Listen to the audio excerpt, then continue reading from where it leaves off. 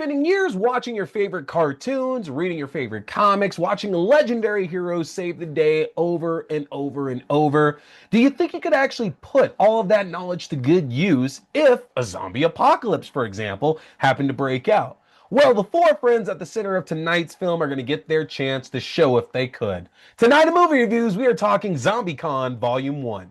Stay tuned.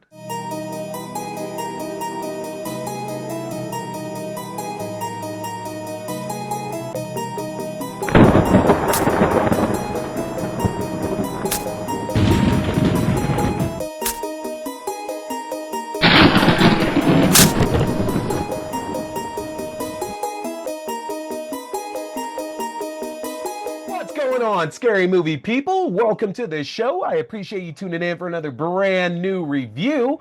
Folks, tonight's film was true serendipitous timing, as yours truly is currently trying to figure out my plans for the new Hall of Scream Con that's coming to Las Vegas that starts at the beginning of October. And so thinking about that and watching this film just got me more and more excited to get back into my convention attending here. So tonight in Movie Reviews, we're going to be talking ZombieCon Volume 1.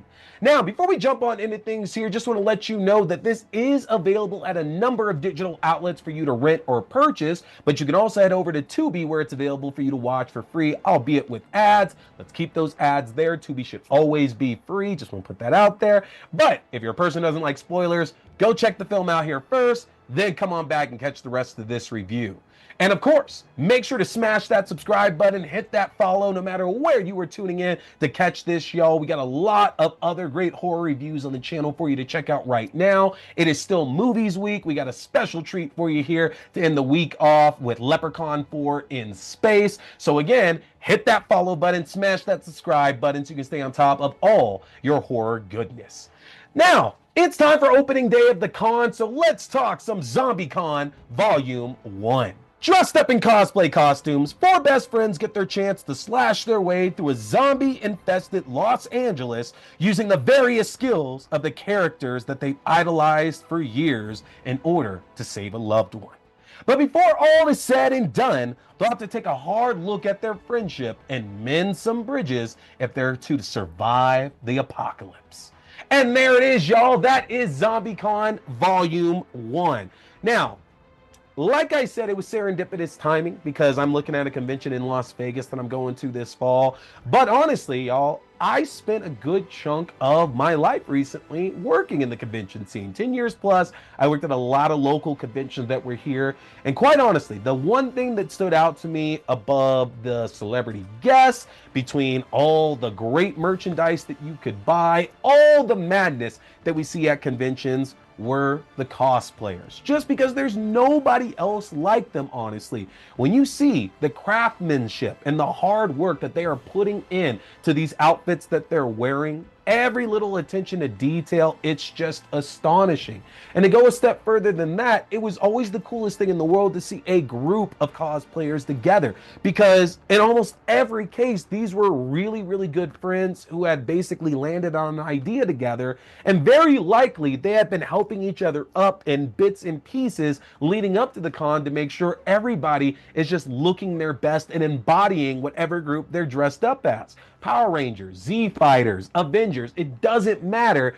It was just amazing to see these groups walk through the convention halls and honestly look like they own the place. You couldn't tell these people nothing. And it's that kind of friendship that's really at the core here of ZombieCon Volume 1.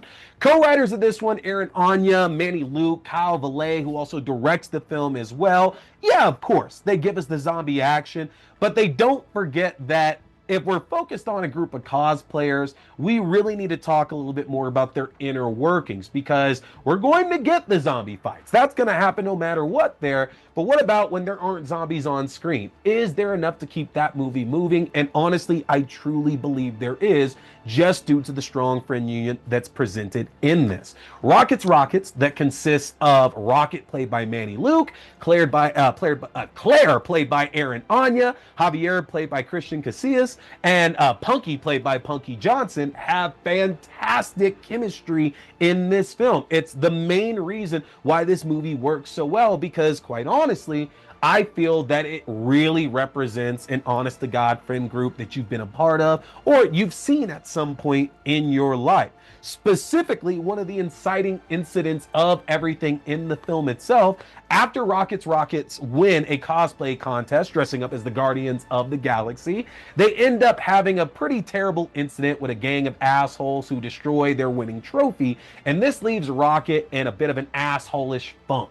And I love the fact that unlike going the Hollywood route we would expect, which is likely that Rocket's friends get him out of this funk super quickly, everything's okay at this point, you know, he's going to be back to being his normal chipper self, the movie doesn't really do that. Instead, his friends basically continue to call him out because they're his friends. And it caught me that we don't get to see that all that much, but that's honestly real life. You probably can think about the top of your head one or two assholes that's in your friend groups, and somebody else might say, well, why are you still friends with this person if they're just an asshole? And it's one of those things to where you don't know them, all right? We've been through with this person through thick and thin, the best and the worst. They're gonna be an asshole sometimes, and we're gonna support them, but we're also gonna tell them how it is. And I loved, again, the chemistry that these four had with it. It honestly makes me believe that the four of them very routinely actually go to real life conventions and hang out on the regular. And I don't know enough of the background here of this film to know if that's true or not, but yours truly would really believe that these four legitimately hang out and kick it at conventions all the time there. And so that's how believable the camaraderie between all four of them honestly are. And when the zombie apocalypse does get started up, which hilariously ends up getting started up when Claire ends up making a wish on an apparent cursed artifact that only makes assholes into zombies. Now they got to put these skills to the test and see if they've actually been paying attention and all the stuff they've been reading and watching and can keep themselves alive. And the film handles that brilliantly, just because, like I said at the beginning, if you had to put all this knowledge into actual use here, how well would you come off? Would you end up surviving the night? And we get to see constantly here that they're only surviving by the skin of their teeth. I think a lot of folks might be disappointed that the zombie action in this doesn't match a lot of your other favorite zombie properties, whether it's Romero's work, Resident Evil, The Walking Dead. I think that there are going to be some of you who are disappointed that the action is not there, but you have to be realistic about it as well, too. Again, these guys aren't Marines. They're not cops. They're not professional zombie hunters or anything. They are cosplayers who the zombie apocalypse has broken out, and they now have to actually possibly kill some people in order to not just protect themselves, but protect each other as well, too. And so, you know, at first I couldn't figure out, like, why are we doing this in every scene to where they're running around with katanas and swords and blades and everything, but every time it comes to kill a zombie, they just can't seemingly get it done in a quick fashion. And it's like, oh yeah, because they're normal people who aren't necessarily okay with the idea of stabbing somebody, zombie or not. And the first time that they encounter a zombie, it is the most hilarious thing ever, because they are freaking out about the fact that one of their own might have legitimately killed somebody. We don't get that a lot in zombie films. And I get that it's a horror comedy, but I love the fact that we're acknowledging it. We don't just accept things. We don't just go, well, they're zombies, that's what's going on there. It's like, no, we have to actually really work through this, because this is life-changing potentially. We could end up in jail from what just went down here. The movie is hilarious, y'all. It is absolutely hilarious. And that zombie scene alone is enough worth the price of admission here. But again, for those y'all that tune in and you're down on it because of like the lack of zombie action or it not being as intense as you want it to be, you're not watching it like the right way. And I don't want to police the way you are, but again, that's not the focus of the film. Like, it's realistic without actually being realistic. And I can absolutely appreciate that. Again, the script here very much focuses on the interactions between these characters and trying to contain and keep that friendship going on, rather than it is about gratuitous zombie violence. And that is very, very evident when we get to our third act, when again we have to confront the idea that Rocket has been an asshole to his friends. And it's the idea of, well, are your friends going to abandon you? They've been pointing it out. You haven't changed your behavior that much. If anything, it might have gotten a little bit worse there. what are they ultimately going to choose? And I love that the way that the movie addresses it, because again, just comes back around to, you don't just toss your friends out for being jerks. You got to figure a way through that and to get some sense knocked into their head. And again, ZombieCon Volume 1 makes sure that we never lose sight of that messaging. The effects are a little hilarious at times, and I have fun with it. This is not me poking bad fun at them for any means, but like any time that they killed a zombie or like there was blood flying up there, I couldn't stop thinking of the film Daybreakers. You know, the vampire one with Ethan Hawke and Willem Dafoe. There's a scene towards the end of that to where they're finally able to cure the vampires, and it's this, I find it a hilarious scene to where the vampires keep getting cured, more vampires kill them, those vampires get cured, more vampires kill those ones, and it keeps on going for a little bit, and it gets to a point to where there's so much blood on screen, it doesn't make sense where that blood is coming from. So it's like somebody gets bit, and from there, somebody just chucks a bucket of blood onto the scene in front of the camera. And in some of the scenes here in ZombieCon, that's just how it came. I was like, wait, where did that blood come from over there? And I get it. These things can't be perfect. I had such a blast with that, though, honestly. And I think that's specifically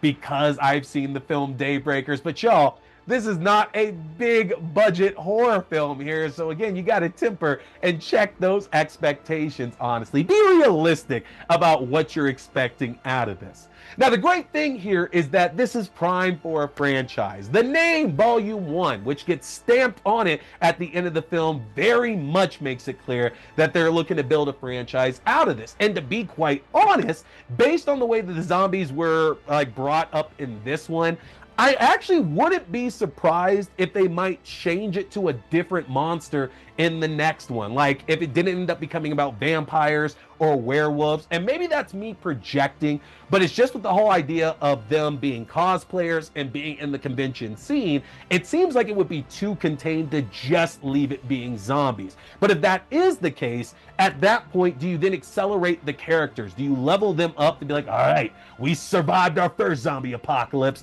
What happens when the second one comes around? Not saying that wouldn't entertain me, but I do think the idea leaning more into what these guys have been watching and following for years and years and years, there's a lot of fun to be had to switch the monster up. So we'll see. I very much hope that we get another installment in this. And again, you can go check this one out for free right now on Tubi, but it is available on most digital platforms to rent or to purchase. I give ZombieCon Volume 1 a 3.5 stars out of 5. Again, I had a lot of fun with this. I do think some of that is because I lived the convention life for quite a while. But again, even if you want better zombie action, I don't know if you're going to get better zombie action mixed with the way that this film looks at being honest in your friendships. Let me know what you think about this one in the comment section, y'all. I want to hear from all of you. If you've been to a convention, I want to hear who you've been cosplaying as, because I love hearing the groups that get put together. The one and only time I have cosplayed was at oh God, what convention was that? Was that Colorado Springs Comic Con? Colorado Springs Comic Con, years and years back. It's the first time I got a chance to meet Robert Englund, and I dressed up as Kincaid from Dream Warriors. At that time, I was pretty heavy, so you know, it looks pretty accurate there. I'm gonna get a photo up here for y'all, but it's the only time I've ever cosplayed, and I'm very curious what y'all have done. So let me know in the comment section, and of course, again, smash that subscribe button, hit that follow button, y'all, because we still got a lot of great stuff coming your way. We're gonna end the week off with a look at Leprechaun 4 in space, so we can bring in St. Patty's Day. I know it won't be the actual holiday, but next week is TV week, so we gotta kind of do it now. And then next week for TV week, we're gonna get back to the Creep tapes. We're going to be talking some Welcome to Derry. We're going to be jumping into Alien Earth. Got a lot of fun stuff coming your way, y'all. So again, hit subscribe, hit follow, no matter where you are tuning in. That is it tonight, though, folks. My name is T. We've been talking scary movies. Stay scared.